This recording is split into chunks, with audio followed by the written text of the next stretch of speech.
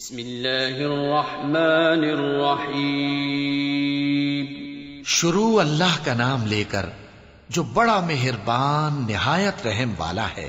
والعصر ان الانسان لفی خسر الا الذین آمنوا وعملوا الصالحات وتواصوا بالحق وتواصوا بالصبر۔ عصر کی قسم کہ انسان نقصان میں ہے مگر وہ لوگ جو ایمان لائے اور نیک عمل کرتے رہے اور آپس میں حق پر چلنے کی تلقین اور صبر کی تاکید کرتے رہے۔ رب اعوذ بک من ہمزات الشیاطین واعوذ بک رب ان یحضرون۔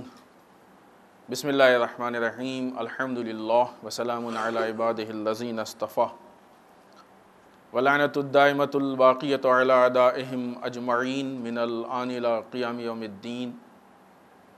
اما بعد فقط اوصیکم ونفسی بتقوی اللہ۔ وقال علی بن ابی طالب علیہم الصلاۃ والسلام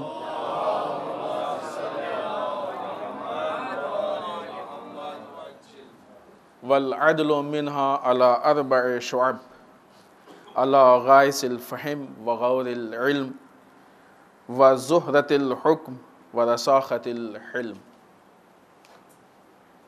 عزیزان محترم، حسب دستور سب سے پہلے اپنے نفس اور آپ سب کو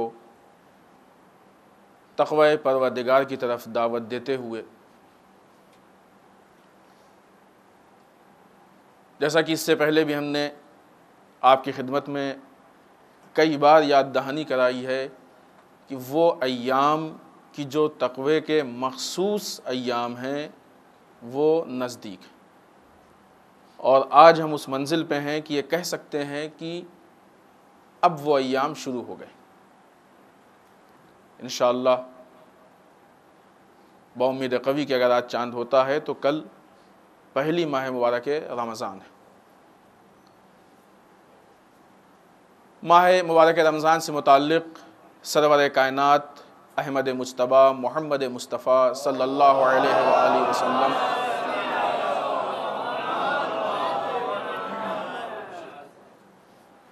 کا ایک خطبہ ہے کہ جس میں ابھی ہم اس کے کچھ جملے انشاءاللہ آپ کے سامنے پیش کریں گے۔ اس میں ایک جملے میں آپ ارشاد فرماتے ہیں کہ یہ وہ مہینہ ہے کہ جس میں تم خداوند متعال کے سامنے کرامت حاصل کر لیتے ہو۔ کرامت کہتے ہیں عزت کو، انسان کی عزت کو کرامت کہتے ہیں، اور آپ کو معلوم ہے کہ قرآن مجید کی وہ آیت شریفہ ہم نے بارہا آپ کے سامنے پیش کی ہے کہ خدا کے نزدیک سب سے زیادہ صاحب کرم وہ ہے جو تقوی میں سب سے زیادہ ہو۔ لہٰذا یہ وہ مہینہ ہے کہ جس میں اگر ہم تقوی پروردگار کو اختیار کر لیں، تقوی پروردگار کی منزلوں تک پہنچ جائیں تو خدا کے نزدیک صاحب عزت ہو جائیں گے۔ بہت بڑی بات ہے خدا کے نزدیک صاحب عزت ہونا۔ جاہلوں میں صاحب عزت ہو جانا بہت آسان ہے، ان پڑھ میں صاحب عزت ہو جانا، کہتے نہیں اندھوں میں کانا راجا، اردو کا محاورہ ہے، سنا ہوگا آپ نے۔ جس کو معلوم نہیں کہ عزت کسے کہتے ہیں، عزت کا معیار کیا ہے، اس میں عزت کما لینا کچھ نہیں ہے، کوئی مشکل نہیں ہے، بہت آسان ہے۔ کسی کو ڈرا کے عزت کما لیا، کسی کو دھمکا کے عزت کما لیا، کسی کو پیسے کے روب سے عزت کما لیا، کسی پہ عہدے کے روب سے عزت کما لیا۔ عزت، واقعی عزت وہ ہے کہ جو آزاد عزت ہو، ایسے کے سامنے انسان صاحب عزت ہو کہ جو نہ آپ کے پیسے کے روب میں ہو، نہ جو آپ کے عہدے کے روب میں ہو، نہ جو آپ کے اولاد کے اور خاندان کے روب میں ہو، کسی روب میں نہ ہو، وہ عزت کرے، یعنی کردار کی عزت ہو، انسان کی کریکٹر کی عزت ہو، انسان کے عظمتوں کی عزت ہو، انسان کے اندر جو کوالٹیز ہیں، جو اس کے صفات ہیں، ان کی عزت ہو، وہ عزت حقیقی عزت ہوتی ہے۔ یہ وہ مہینہ ہے کہ جس مہینے میں اگر انسان بندہ خدا تقوی پروردگار کو اختیار کرتا ہے تو یہ تقوی پروردگار انسان کو اس حقیقی عزت تک پہنچاتا ہے کہ جو عزت خدا کی نگاہ میں عزت ہے۔ لہذا اس سے ایک چیز اور معلوم ہوتی ہے کہ خداوند متعال اپنے بندے کو کبھی عزت سے دور نہیں دیکھنا چاہتا ہے۔ یہی وجہ ہے کہ ہر جمعے کو تقوی کی طرف دعوت دینے کو کہا، اور بندے سے کہا ہے کہ کبھی بھی تقوی کا دامت مت چھوڑنا۔ تقوی 1 گھنٹے اور 2 گھنٹے اور ڈیوٹی اور پارٹ ٹائم اور ان چیزوں کا نام نہیں ہے، فل ٹائم چیز ہے تقوی۔ انسان سوئے بھی تو تقوی کے ساتھ سوئے، اور جب صبح آنکھ کھلے تو تقوی کے ساتھ رہے، کھائے بھی تو تقوی کے ساتھ کھائے، سڑک پہ چلے تو تقوی کے ساتھ چلے، گھر میں رہے تو تقوی کے ساتھ رہے، آفس میں جائے تو تقوی کے ساتھ جائے، بزنس کرے تو تقوی کے ساتھ بزنس کرے۔ عزیزان محترم، ان چیزوں پہ عمل کرنے کا بہترین اور آسان ترین موقع ماہ مبارک رمضان۔ ماہ مبارک رمضان میں روزے کے شرائط ہم کو اس بات کی طرف دعوت دیتے ہیں اور بعض اوقات مجبور کر دیتے ہیں کہ ہم تقوی کو گلے لگا لیں اور تقوی سے بھاگ نہ سکیں۔ یہ تقوی کی وہ عظمت، اور اس عظمت کے ساتھ یہ ماہ مبارک رمضان، خدا ہم سب کو توفیق دے کہ ہم ماہ مبارک رمضان کی عظمت و کرامت و شرافت کو درک کر سکیں اور حاصل کر سکیں۔ یہ ہر ایک کے بس کی بات نہیں، اور ہر انسان اپنی حیثیت کے مطابق ان عظمتوں کو حاصل کرے گا۔ ایسا نہیں ہے کہ نیاز کی طرح ایک ایک پیکٹ سب کو ملنا ہے۔ 2 سال کا بچہ ہو تو اس کو بھی ایک پیکٹ نیاز ملنی ہے، 36 سال اور 40 سال کا جوان ہو تو اس کو بھی ایک پیکٹ نیاز ملنی ہے، اور 70-80 سال کا بوڑھا ہو تو اس کو بھی، کھا پائے تب بھی اور نہ کھا پائے تب بھی۔ یہ نیاز کا پیکٹ، یہ تبرک کا اور حصے کا پیکٹ نہیں۔ انسان میں جتنی صلاحیت ہوتی ہے، دسترخوان کا کھانا ہے، دسترخوان پہ بیٹھ جائیے، اگر صلاحیت ہے تو انسان 1 روٹی کھاتا ہے، زیادہ ہے 2 روٹی کھاتا ہے، زیادہ ہے 10 روٹی کھاتا ہے، جس میں جتنی کیپیسٹی ہوتی ہے اتنا کھاتا ہے۔ جیسے ہم نے کسی موقع پہ یاد ہوگا توفیق کے متعلق کہا تھا، توفیق پروردگار سب کے لیے دسترخوان کی طرح عام ہے، جس میں جتنی صلاحیت ہوتی ہے وہ توفیق لے لیتا ہے۔ ماہ مبارک رمضان میں خداوند متعال کا دسترخوان سب کے لیے عام ہے، جس میں جتنی کیپیسٹی ہوتی ہے، جس میں جتنی صلاحیت ہوتی ہے، وہ اس میں سے اتنی عظمت و کرامت و شرافت و برکت کو حاصل کر لیتا ہے اپنی حیثیت کے حساب سے۔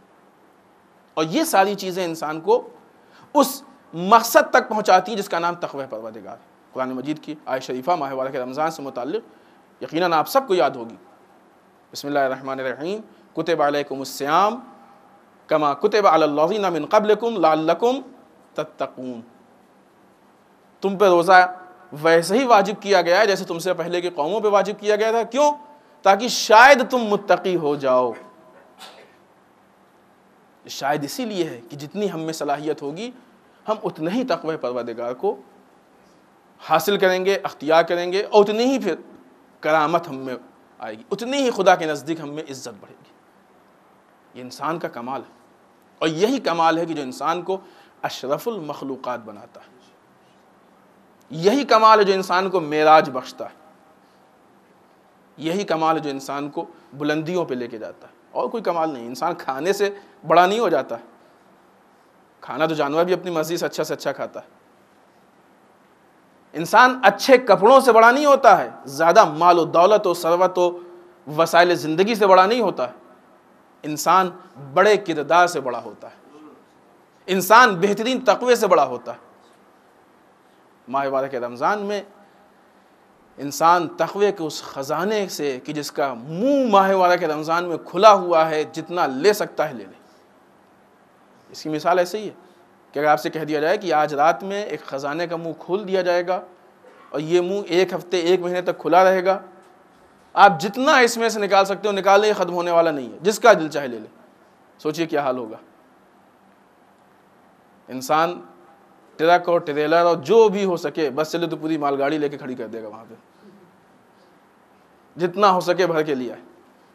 اس خزانے کو انسان پہچانتا ہے، لہٰذا اس کے لیے پہلے سے تیاری بھی ہوگی، مشقت بھی ہوگی، محنت بھی ہوگی، کوشش بھی ہوگی، سب کچھ ہوگی۔ کرامت انسانی، اطاعت پروردگار کا خزانہ کھلنے جا رہا ہے۔ اگر ہم کو اس کی معرفت ہوگی تو پورے سال ہم کوشش کریں گے کہ اس خزانے سے بھی جتنا ہم لے سکتے ہوں لے لیں،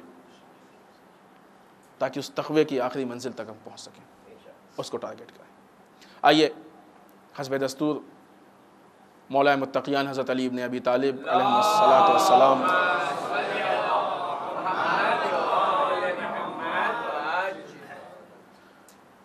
کا قول، اور جیسا کہ آپ کو معلوم ہے کہ مسلسل 3 جمعے سے ایک قول چھوٹے چھوٹے ٹکڑوں میں ہم آپ کے سامنے پیش کر رہے ہیں۔ مولا سے کسی نے ایمان کے متعلق سوال کیا تو آپ فرماتے ہیں کہ ایمان کے 4 ستون، 4 پلر، کھمبے جو ہوتے ہیں ایمان کے 4 کھمبوں پہ انسان کا ایمان ٹکا ہوا ہے، 4 ستون پہ۔ 4 ستون مولا نے کیا بتائے تھے؟ صبر، یقین، عدل، جہاد۔ اگر یہ 4 چیزیں پائی جاتی ہیں تو انسان کے پاس ایمان ہے. اگر یہ 4 میں سے ایک کھمبا کم ہے تو ایمان لڑکھڑا رہا ہے. 2 کم ہو گئے تو نارملی بلڈنگ گر جاتی ہے پھر, ہے کہ نہیں؟ اور سوچیے اس کے پاس 3 نہ ہو, اور خدا نخواستہ کسی کے پاس 4 نہ ہو. اب تک ہمارے آپ کے درمیان ان میں سے 2 چیزوں پہ گفتگو ہو چکی ہے. صبر پہ پہلے جمعے گفتگو ہوئی تھی, دوسرے جمعے یقین پہ گفتگو ہوئی. آج انشاءاللہ ہم آپ کے سامنے عدل پہ گفتگو کریں گے. مولا کی نگاہ میں ہم کو پہچاننا ہے کہ ایمان کسے کہتے ہیں, مولا کی نگاہ میں پہچاننا ہے کہ صبر کسے کہتے ہیں, مولا کی نگاہ میں پہچاننا ہے کہ یقین کسے کہتے ہیں, اور مولا کی نگاہ میں پہچاننا ہے کہ عدل کسے کہتے ہیں. اور انشاءاللہ آنے والے ہفتے کو مولا کی نگاہ میں پہچاننا ہے کہ جہاد کسے کہتے ہیں. آج ہم نے کہا نہیں کہ یہ چونکہ الفاظ ہم بچپنے سے سنتے آئے ہیں, بعض اوقات ہم کنفیوز ہو جاتے ہیں. مثلا صبر کہتے کس کو ہیں, عدل کہتے کس کو ہیں. بعض اوقات عدل کی غلط تعریف پیش کی جاتی ہے, غلط معنی بتائے جاتے ہیں عدل کے, صبر کے غلط معنی بتائے جاتے ہیں, جہاد کے غلط معنی بتائے جاتے ہیں. ہر وہ چیز کی جو انسان کی انسانیت اور اس کے کردار کو زندہ کر سکتی ہے, اس میں تحریف کی کوشش کی جاتی ہے, اس کو موڑنے کی کوشش کی جاتی ہے. اور ہر چیز انسان کی انسانیت کو زندہ رکھے گی. اگر آپ کو یاد ہو تو جب صبر کی گفتگو ہو رہی تھی تو ہم نے آپ کے سامنے ایک جملہ کہا تھا کہ صبر کا مطلب یہ نہیں ہے کہ انسان سب کچھ چھوڑ کے بیٹھ جائے.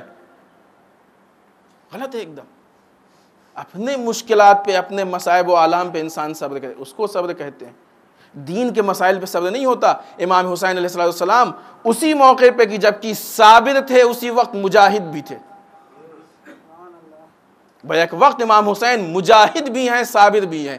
دین کا دفاع کر رہے ہیں, اپنی بھوک و پیاس پہ صبر کر رہے ہیں. دین کے لیے قربانی دے رہے ہیں, اپنی مشکلات پہ صبر کر رہے ہیں. پہچانے ہم صبر کسے کہتے ہیں. تفصیل سے بات ہو چکی. آج ہماری گفتگو انشاءاللہ عدل پہ ہے. مولا فرماتے ہیں کہ عدل کے 4 شعبے ہیں. جیسا کہ اس سے پہلے بھی مولانا نے سارے ایمان کے 4 ستون ہیں اور پھر چاروں کے 4 شعبے بتائیں. مولا فرماتے ہیں کہ عدل کے 4 شعبے ہیں. سب سے پہلا شعبہ عدل کا یہ ہے کہ انسان کسی چیز کے سمجھنے کے لیے اس کی تہ تک, آخر تک پہنچ جائے.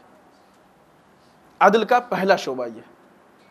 دیکھیں ہم بڑی آسانی سے فیصلہ کر لیتے ہیں کہ ہم عادل ہیں کہ نہیں ہیں, ہے کہ نہیں. عدل کے مقابلے میں ظلم ہے, یہ بھی مشکل ہوتی ہے. ادھر سے عادل کی عدالت میں بھی مشکلات پیش آتی ہیں, ادھر سے ظالم کے ظلم کو بھی سمجھنے میں مشکلات پیش آتی ہیں.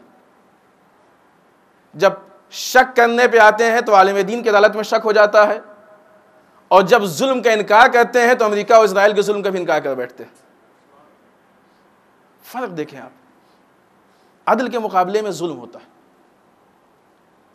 اور بعض اوقات تو عجیب بات ہے کہ لوگوں کو حکومت استکبار, حکومت ظلم میں ظلم نہیں دکھتا ہے, حکومت اسلامی میں ظلم دکھتا ہے. بچکانی فکر ہے.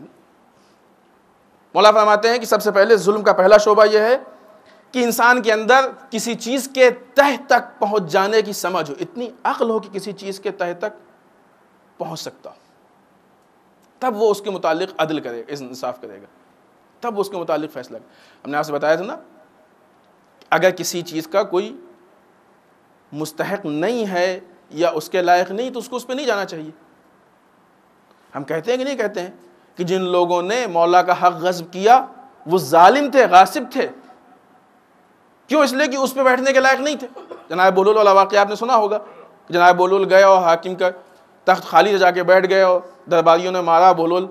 جناب بولول رونے لگے. حاکم آیا, پوچھا بولول کیوں رو رہے ہو, چوٹ لگی؟ کہا نہیں, ہم اپنے مار کھانے پہ نہیں رو رہے, ہم تھوڑی دیر بیٹھے تو یہ حل ہوا, تم تو ہمیشہ بیٹھتے ہو.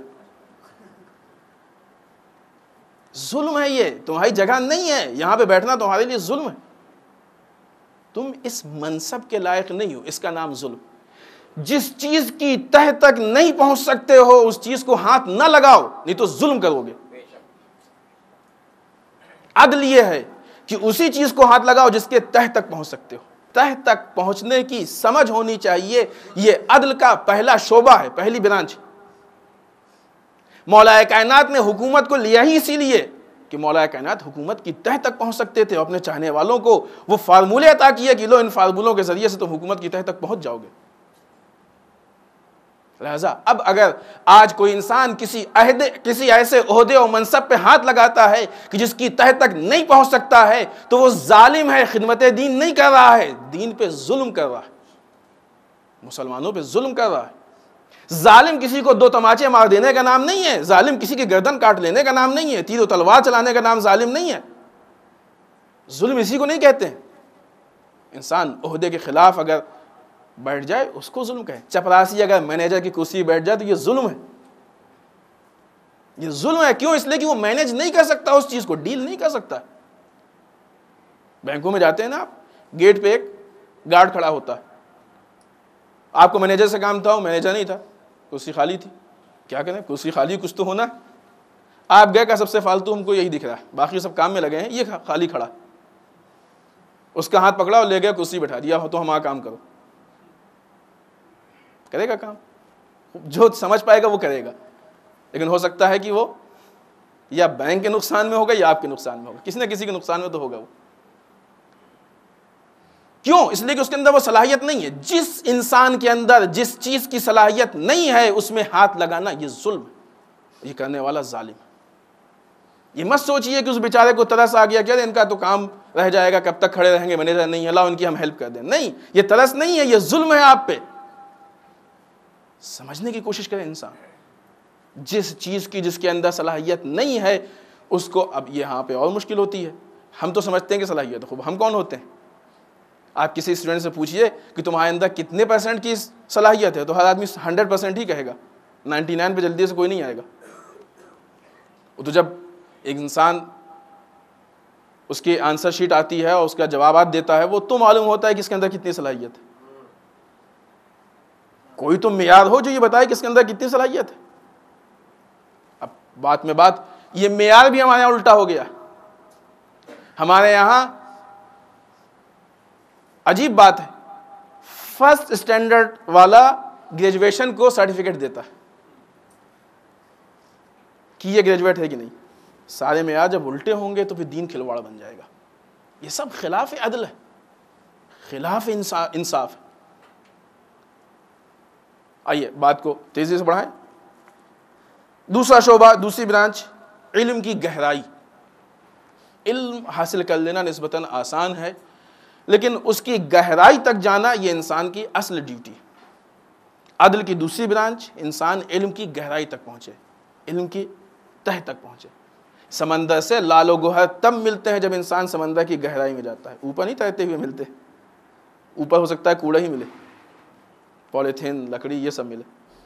اگر لال و گوہر لینا ہے تو انسان، اب ضروری نہیں کہ ہر وہ انسان کی جو سمندر میں چھلانگ لگا کے اس کے کپڑے گیلے ہو گئے ہوں تو لال و گوہر ہی لے کے آیا۔ کپڑوں کا گیلا کر لینا اور ہے اور لال و گوہر کو لانا اور ہے۔ 4 کتابوں کے نام کو جان لینا اور ورق پلٹ لینا اور ہے، کتابوں کا علم حاصل کرنا اور ہے۔ یہ کپڑے گیلے کر کے لوگوں کو بہکانے والی بات نہ ہونی چاہیے، انسان واقعی لال و گوہر لے کے آئے۔ تیسری چیز، فیصلے کی وضاحت۔ تیسرا شعبہ جو عدل کا ہے کہ انسان جو فیصلہ کرے وہ ایک دم کلیئر، واضح ہو، اس کی وضاحت لوگوں کے سامنے ہو تاکہ کسی کو کوئی کنفیوژن نہ ہو۔ البتہ یہ ایک نسبت کے اعتبار سے جو اس کو سمجھ سکے، لیکن جو نہیں سمجھ سکتا ہے یہ اس کے صلاحیت کی کمی ہے، فیصلے کی کمی نہیں ہے۔ اور چوتھی چیز کہ جو اس کے لیے ہے وہ انسان کے عقل کی پائیداری۔ انسان کے عقل، عزیزان محترم، اگر علم بغیر عقل ہوتا ہے تو یتیم علم ہے، وہ نقصان دہ علم ہے۔ پھر ہم آپ کے سامنے اردو کا ایک محاورہ پڑھیں گے کہ ہم نے بزرگان سے سنا ہے کہ 1 من علم کے لیے 9 من عقل چاہیے، ورنہ علم ہضم نہیں ہوتا ہے۔ جو کہتے ہیں ڈائجیشن کے لیے کچھ صلاحیت چاہیے، جب تک وہ صلاحیت نہیں ہوگی انسان اس علم کو ڈائجسٹ نہیں کر سکتا ہے، اس کو ہضم نہیں کر سکتا ہے۔ اس کے آگے مولا ارشاد فرماتے ہیں کہ جس نے فہم کی نعمت پالی وہ علم کی گہرائی تک پہنچ گیا۔ اگر اس کے اندر سمجھ ہو گئی، فہم آ گئی، یہ نعمت پا گئی، وہ سمجھنے لگا، تو جب تک سمجھ کا مادہ نہیں ہوگا اس وقت تک وہ علم کی نعمت نہیں پا سکتا ہے۔ علم کی نعمت. صلوات پڑھیں محمد والے.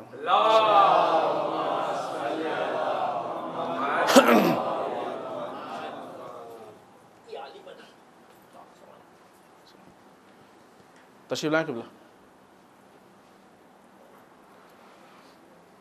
صلوات پڑھیں محمد والے.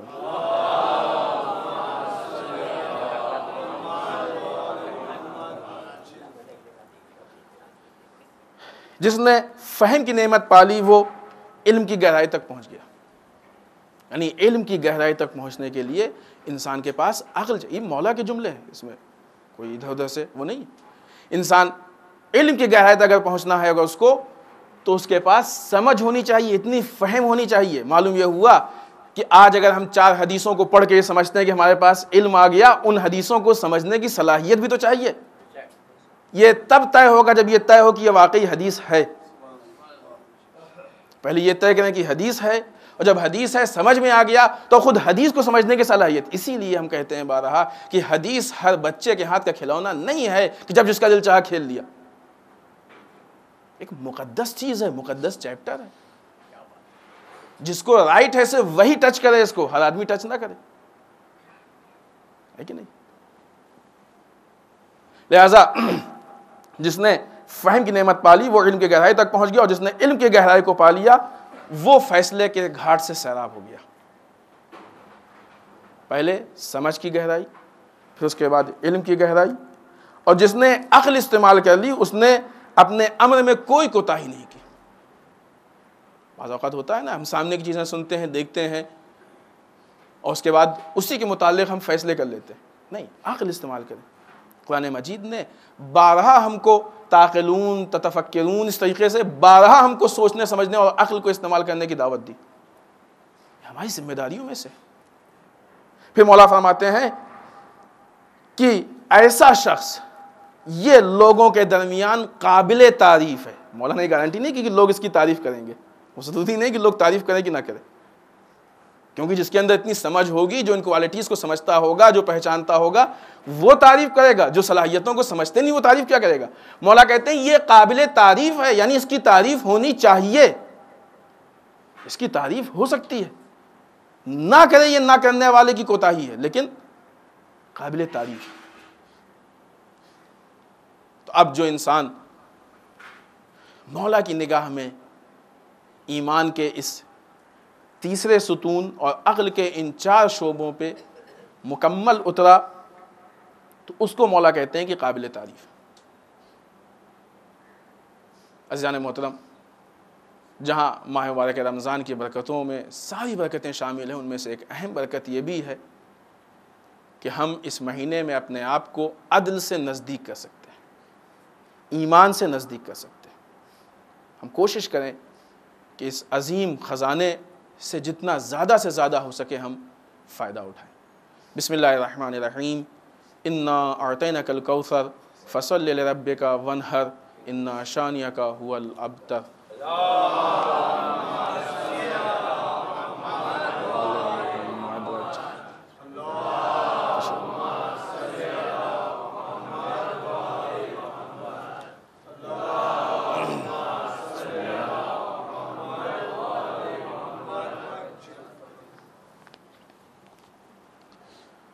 رب اعوذ بک من همزات الشیاطین واعوذ بک رب ان یحضرون. بسم اللہ الرحمن الرحیم. الحمد للہ الذی لم یبلغ مدحتہ القائلون ولا یحصی نعماءہ العادون ولا یودی حقہ المجتہدون. اللہم صل وسلم علی صاحب الدعوۃ النبویہ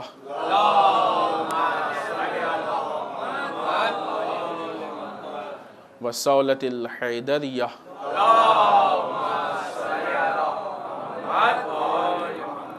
والعصمة فاطمیہ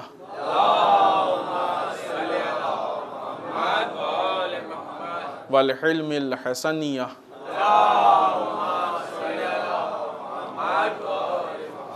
والشجاعة الحسینیہ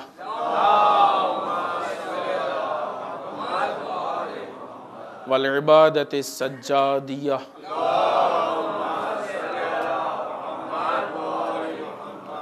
والآثار الباقریہ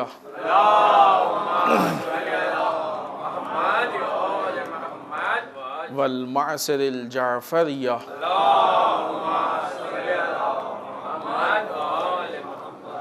والعلوم الکاظمیہ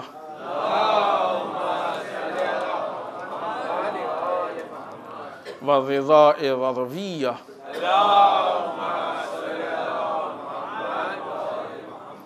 والجود التقویہ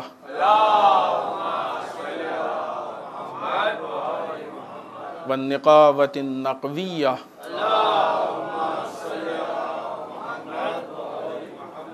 والحیبة العسکریہ والغیبة الہیہ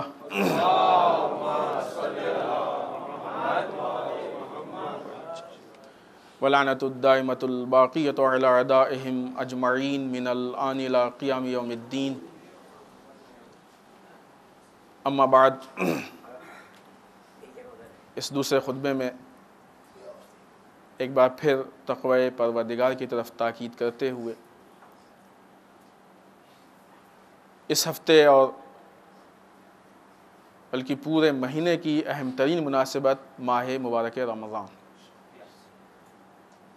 سب سے پہلی چیز، چونکہ ہم لوگ بارہا یوز کرتے ہیں رمضان آ رہا ہے، رمضان نہیں، رمضان اسماء الہی میں سے ایک ہے، لہٰذا یا تو کہیں ماہ رمضان یا ماہ مبارک رمضان یا رمضان المبارک، کچھ آگے پیچھے ہونا چاہیے.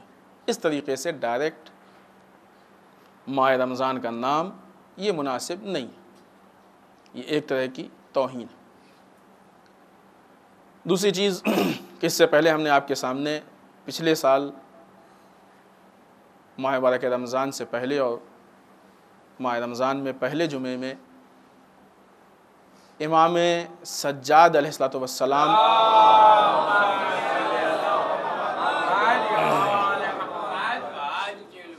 کی اس دعا کی طرف اشارہ کیا تھا کہ جو صحیفہ سجادیہ میں استقبال ماہ مبارک رمضان کے لیے. اس مرتبہ ہم اس میں سے آپ کے سامنے مطالب نہیں پیش کریں گے، لیکن اس بات کی طرف آپ کو دعوت دیں گے اور تاکید کریں گے کہ حتماً اس دعا کو پڑھیں، حتماً اس دعا کو پڑھیں. جب انسان کسی سے ملنا چاہتا ہے تو اس کی کوشش یہ ہوتی ہے کہ پہچانے کہ وہ ہے کیا.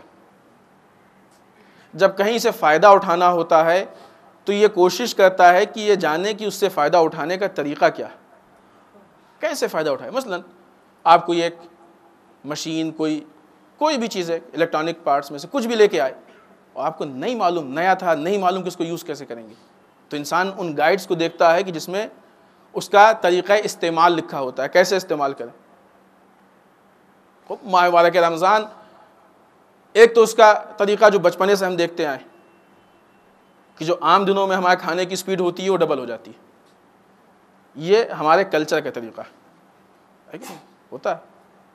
نے اشارہ کیا ہے پچھلے سال یا اس سے پہلے والے سال کہ روزے کا مطلب یہ ہے کہ ہم سحر سے افطار تک نہ کھائیں. ہم یہ سمجھتے ہیں کہ افطار سے سحر تک کھاتے رہیں، یہ تھوڑا سا فرق پیدا ہو جاتا ہے. نتیجہ یہ ہے کہ پھر اس میں مسائل و مشکلات پیدا ہوتے ہیں. تو یہ ہمارے حساب سے ہے کہ ماہ رمضان میں یہ کھانا ہے، وہ کھانا ہے، یہ چیز ہونی ہے، اگر یہ نہیں تو روزہ نہیں، وہ نہیں تو روزہ نہیں، بغیر فلاں چیز کے افطار نہیں ہو سکتا، بغیر فلاں چیز کے سحری نہیں ہو سکتی.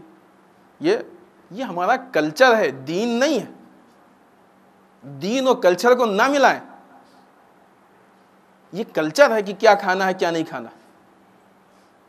سب سے زیادہ جو ہم کو بازار جانے کی ضرورت پڑتی ہے ماہ رمضان میں، افطاری لانا ہے، یہ لانا ہے، وہ لانا ہے، آج فلاں چیز نہیں ہے، اور اس کے بعد کچھ دن گزر گئے تو اب عید کی تیاری، آج لڑکی کا کپڑا لانا ہے، کل لڑکے کا کپڑا لانا ہے، پھر وہ صحیح نہیں تھا اس کو چینج کرنا ہے. آپ جانتے ہیں یہ مسائل بہتر جانتے ہیں، ہر چیز کا نام لینے کی ضرورت نہیں ہے. یہ عبادتوں کا مہینہ ہے، بازار میں وقت گزارنے کا مہینہ نہیں. المختصر ہم اپنے کلچر سے نہ پوچھیں کہ ماہ مبارک رمضان میں کیا کرنا ہے، ماہ مبارک رمضان کو ہمیں کیسے گزارنا ہے. اس سے کیسے استفادہ کرنا ہے، کیسے اس سے فائدہ اٹھانا ہے. ہم ان سے پوچھیں کہ جو وارث دین امام سجاد بتا رہے ہیں. صحیفہ سجادیہ ان مظلوم کتابوں میں سے ایک کتاب ہے کہ جو ہمارے یہاں رہتی ہے، یا ہو سکتا ہے اتنی مظلوموں کے شاید گھر میں ہو بھی نہ، اگر رہتی ہے تو اس کو اٹھانے کی توفیق نہیں ہوتی ہے. جو حدیث بھی بھیجی جاتی ہے یہ لوگ نہیں معلوم کیا ہے، صحیفہ سجادیہ نہیں معلوم. ہمارے پاس جو آتی ہیں ان میں جہاں تک ہم نے غور کیا، صحیفہ سجادیہ اور نہج البلاغہ جیسی کتابوں سے وہ نہیں بھیجتے.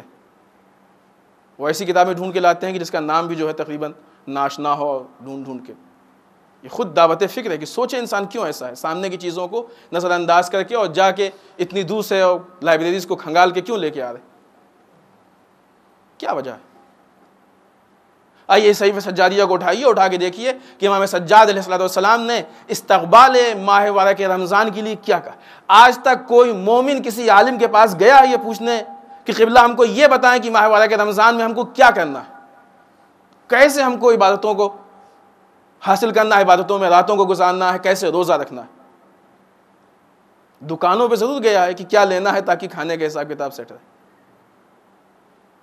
آئیے سرکار ختمی مرتبت کا ایک خطبہ کہ جس میں آپ نے ماہ مبارک رمضان کے متعلق بہت ساری چیزیں ارشاد فرمائی ہیں. اب اتنا وقت نہیں خطبے میں کہ ہم پورے خطبے کو پیش کریں، کچھ پوائنٹس ہم اس کے آپ کے سامنے اور صرف پوائنٹس کی حیثیت سے، وضاحت کا بھی موقع نہیں ہے، کبھی انشاءاللہ موقع ہوا تو ہم وضاحت بھی پیش کریں گے.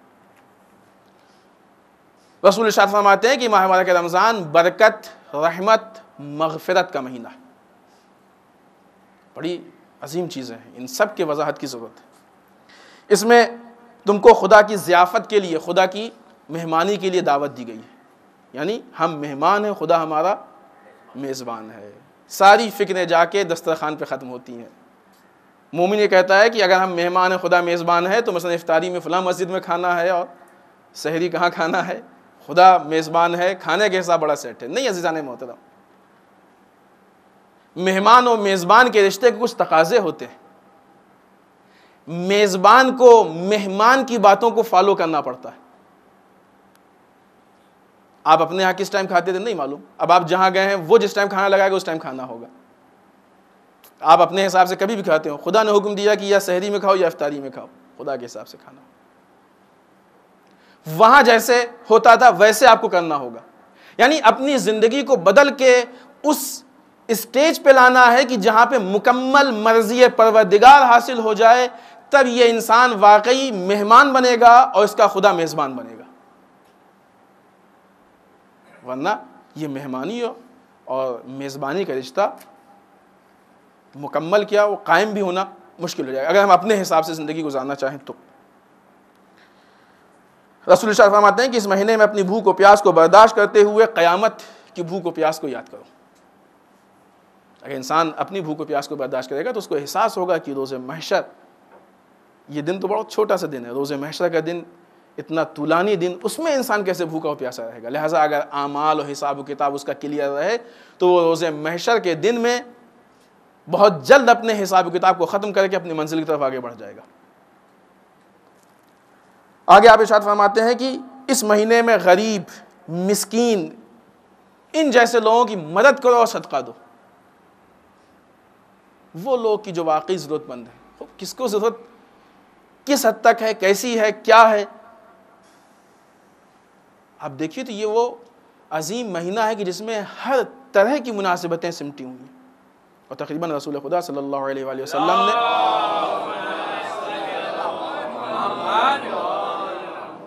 اس خطبے میں ہر طرف اشارہ کیا. یقیناً آپ اس کا مطالعہ کیجئے گا. ہر طرف اشارہ کیا، حتیٰ کہ مولا کی شہادت تک رسول نے اشارہ کیا. ائمہ کی ولادت بھی ہے اس میں، شہادت بھی ہے اس میں، اور اسلام کا وہ عملی نمونہ کہ جسے مظلوم کی حمایت کہا جاتا ہے اور ظالم کے خلاف آواز اٹھانا کہا جاتا ہے، اس کی بھی مناسبت اس مہینے میں پائی جاتی ہے. بالخصوص فلسطین کی حمایت میں اور اسرائیل کی مخالفت میں، اور بالعموم پوری دنیا کے سارے کمزور لوگ اور سارے مظلوم لوگوں کی حمایت میں اسی مہینے میں ہم آواز اٹھاتے ہیں. مہینہ کیوں؟ اس لیے کہ ہماری بھوک و پیاس ہم کو احساس دلاتی ہے کہ ہم ایک دن کے بھوکے ہیں تو یہ حشر ہے. وہ بیچارے نہیں معلوم کب تک نہیں ان کو کھانے کو ملتا ہے. کئی مہینے تو ان کے لیے دواؤں پہ بین رہتا ہے کہ دوائیں نہیں پہنچتی، یہاں کھانا نہیں مل رہا، یہ حال ہے، وہاں دوائیں بھی نہیں مل رہی۔ اگر انسان کے اندر احساس کا مادہ ہو تو یہ ساری چیزیں محسوس کرے، بے حس لوگ ان کو محسوس نہیں کرتے، بے حس لوگ ان چیزوں کو محسوس نہیں کر سکتے۔ عمر رسیدہ جو تھوڑا سا ایجڈ لوگ ہیں ان کا احترام کرو اور بچوں سے مہربانی کے ساتھ پیش آؤ۔ ماہ رمضان میں ایک چیز بہت زیادہ دیکھنے کو آتی ہے کہ انسان جب روزہ ہوتا ہے تو تھوڑا سا غصہ زیادہ ہوتا ہے۔ آپ تو دیکھتے ہوں گے کہ یہاں پہ نارمل اس میں بھی تھوڑا سا زیادہ، اور پھر ماہ رمضان میں بھوک میں الگ الگ اصطلاحیں، روزہ کھل رہا ہے اور روزہ چڑھا ہے، اور کیا کیا توہین ہے روزے کی، واقعی لگ گیا، جو اصطلاح ہے، جو بھی لفظ یوز ہوتا ہے، نہیں، تاکید کی گئی ہے بزرگوں کا احترام کرو، بچوں سے مہربانی کے ساتھ پیش آؤ۔ آگے ارشاد فرماتے ہیں کہ اپنے رشتہ داروں کے ہاں آنے جانے کا اہتمام کرو، یعنی جسے صلہ رحم کہا جاتا ہے۔ ماہ مبارک کے رمضان میں اپنے رشتہ داروں کے ہاں، یہ ہم نے بتایا کہ کچھ پوائنٹس ہیں، پورا خطبہ نہیں ہے۔ اپنی زبان کو نازیبا کلام سے محفوظ رکھو، وہ باتیں کہ جو مناسب نہیں ہیں، باتیں بھی بعض مناسب نہیں ہوتی ہیں، بعض باتوں کا طریقہ بھی مناسب۔ ماہ مبارک رمضان میں انسان اگر روزے کے تمام شرائط پورے کرنا چاہتا ہے، ماہ رمضان کی تمام برکتوں و عظمتوں کو حاصل کرنا چاہتا ہے، تو ان ساری چیزوں پر عمل کرے۔ ان میں سے ایک یہ بھی ہے کہ اپنی زبان پہ، جسے اپنے اردو زبان میں کہتے ہیں لگام دے، آزاد نہیں چھوڑ دے زبان کو۔ اپنی آنکھیں ناروا اور حرام یعنی نامناسب اور حرام چیزوں سے بند رکھو، اور اپنے کانوں کو ان چیزوں پہ بند رکھو کہ جو حرام ہے، مناسب نہیں، یعنی نہ حرام چیزیں سنو اور نہ حرام چیزوں کی طرف نگاہ ڈالو، نہ محرموں کو نہ دیکھو، غیبت نہ سنو، میوزک نہ سنو، اس طرح کی ساری چیزوں سے انسان پرہیز کرے۔ کسی نے سوال کیا کہ رسول یہ بتائیے کہ اس مہینے میں سب سے افضل عبادت کیا ہے؟ تو آپ فرماتے ہیں کہ اس مہینے میں سب سے افضل عبادت یہ ہے کہ انسان اپنے آپ کو حرام چیزوں سے محفوظ رکھے، اپنے آپ کو حرام چیزوں۔ اب یہ سمجھنا ایک اہم کام ہے کہ حرام چیزیں ہیں کیا کیا۔ ایسا نہیں ہے کہ ہمارے لیے اگر کوئی کچھ کرنے کا دل چاہے تو اس کو ہم حلال کر لیں، نہیں تو چلے گا، اتنا نہیں چلے گا، نہیں۔ دین کس کو حرام کہتا ہے، دین کس کو حلال کہتا ہے۔ اس ماہ مبارک کے رمضان کی مناسبات میں سے پہلے ہفتے کی جو پہلی مناسبت ہے وہ یہ کہ پہلی ماہ مبارک رمضان کو بعض روایتوں کے اعتبار سے امام علی رضا علیہ الصلوۃ والسلام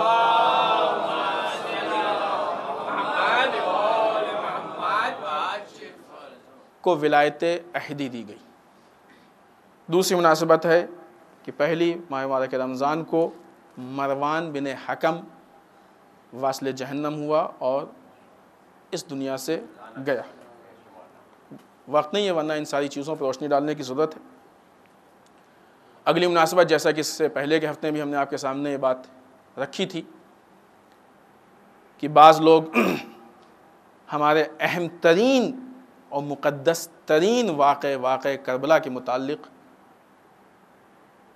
فلم بنانا چاہتے ہیں، اس کو فلم کی شکل میں لانا چاہتے ہیں۔ اس سے پہلے بھی ہم نے یہ بات کہی تھی کہ اگر وہ اسلامی قوانین، اسلامی آئین کے مطابق ہے مکمل طریقے سے، اگر ذرا سا بھی کہیں سے کوئی کمی اور کوتاہی ہوگی تو اس فعل کو ہم برداشت نہیں کر سکتے ہیں۔ اگر آپ کو یاد ہو تو ہم نے ایک جملہ آپ کے حوالے کیا تھا کہ ہم دوسری کربلا قائم کر دیں گے مگر کربلا کی توہین نہیں ہونے دیں گے، کیونکہ ذرا سا بھی کربلا میں تبدیلی یہ ایک تحریک کی تبدیلی ہے، ایک واقعے کی تبدیلی ہے، اور کربلا اس تحریک کا نام ہے کہ جو ہو کے ختم نہیں ہو گیا ہے۔ آج بھی ہم زندہ ہیں تو کربلا سے زندہ ہیں۔ اگر واقعہ کربلا سے چھیڑ چھاڑ کی جاتی ہے تو یہ چھیڑ ہماری حقیقی حیات سے چھیڑ ہے، یہ ہماری تحریک سے چھیڑ ہے، ہمارے انتظار امام زمان سے چھیڑ چھاڑ۔ الحمدللہ مومنین نے اس میں کافی ایکٹیویٹی دکھائی ہے، اور یہاں بھی ابھی نماز کے بعد بہت جگہوں سے درخواستیں گئی ہوئی ہیں، یہاں سے بھی ایک درخواست ڈالنے کا ارادہ ہے، دستخط کے لیے پیپر رکھے ہوئے ہیں۔ اب حضرات سے گزارش ہے کہ اگر آپ اس تحریک میں شامل ہونا چاہتے ہیں اور آپ واقعی چاہتے ہیں کہ کربلا کا مس یوز نہ کیا جائے اس کو روزی روٹی کا ذریعہ نہ بنائے. یہ واقعی کربلا روزی روٹی کا ذریعہ نہیں ہے، کسی کے لیے بھی نہیں ہے. کربلا تحریک ہے. کربلا اپناؤ گے تو فاقے کرنے پڑیں گے. اگر آپ چاہتے ہیں کہ لوگ اس کو اپنی روزی روٹی اور شہرت کا ذریعہ نہ بنائیں، کربلا کا مس یوز نہ کریں، تو آپ انشاءاللہ اس پہ اپنی دستخط کریں تاکہ ہم سب مل کے اپنے پیغام کو پہنچا سکیں. اور آخری چیز ایک مرتبہ پھر ہم آپ کو یاد دلا دیں کہ سعودی میں آیت اللہ نمر الباقر النمر کی جن کی گاڑی پہ گولی چلائی گئی تھی اور ان کے گولی لگ گئی اور زخمی ہو گئے اور وہ ہاسپٹل میں ایڈمٹ ہیں، خدا ان کو شفاء کامل و عاجل عنایت کرے انشاءاللہ. لیکن عجیب بات ہے، حکومت ایک شخص سے لرز رہی، لیکن آپ نے غور کیا یہ شخص کون ہے؟ عالم دین. حکمت علوی ہے اس کے پاس، حکمت علوی ہے اس کے پاس، تو حکومت لرز گئی. حکومت کے لیے اہم نہیں ہے کہ شخص ہے یا قوم ہے، نہیں، کوالٹی کیا ہے اس کے اندر.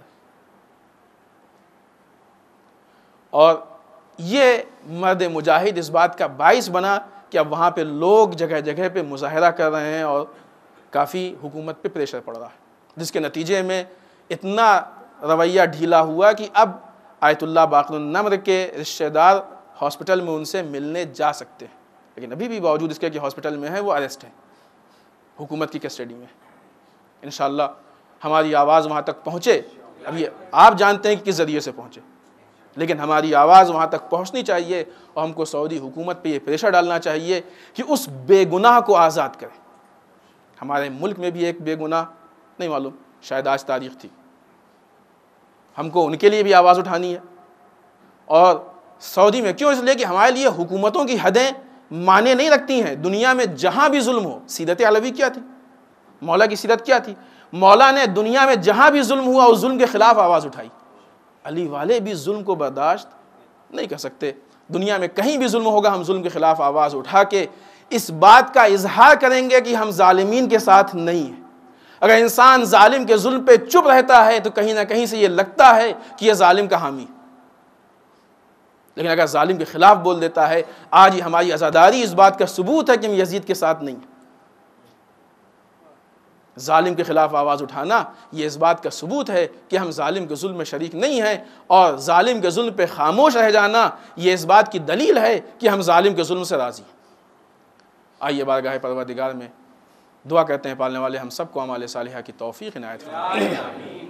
بار الہ اعمال قبیحہ سے محفوظ رکھ. بار الہ ہمارے گناہوں کو بخش دے. بار الہ ہمارے مرحومین کو بخش دے. پالنے والے اسلام و مسلمین کی حفاظت فرما. بار الہ دشمنان اسلام کو نیست و نابود کر دے. بار الہ جو بیمار انہیں شفاء کامل و عاجل عنایت فرما. بار الہ جو بے روزگار ان کو روزگار عطا فرما. بار الہ جو برسر روزگار ان کی روزی میں خیر و برکت عطا فرما. بار الہ جو پریشان حال ان کی پریشانیوں کو دور فرما. بار الہ جو لا ولد ان کو اولاد صالح عنایت فرما. بار الہ جو صاحب اولاد ان کی اولاد کو نیک سیرت بنا. بار الہ ہمارے علماء کا سایہ ہمارے سروں پہ باقی رکھ. بار الہ رہبر و مراجع کو طول عمر عنایت فرما. بار الہ امام کے ظہور میں تعجیل فرما. ہمیں ان کے اعوان و انصار میں شریک ہونے کی توفیق عنایت فرما. ربنا تقبل منا انک انت السمیع العلیم. بسم اللہ الرحمن الرحیم. قل هو اللہ احد اللہ الصمد لم یلد ولم یولد ولم یکن لہ کفوا احد.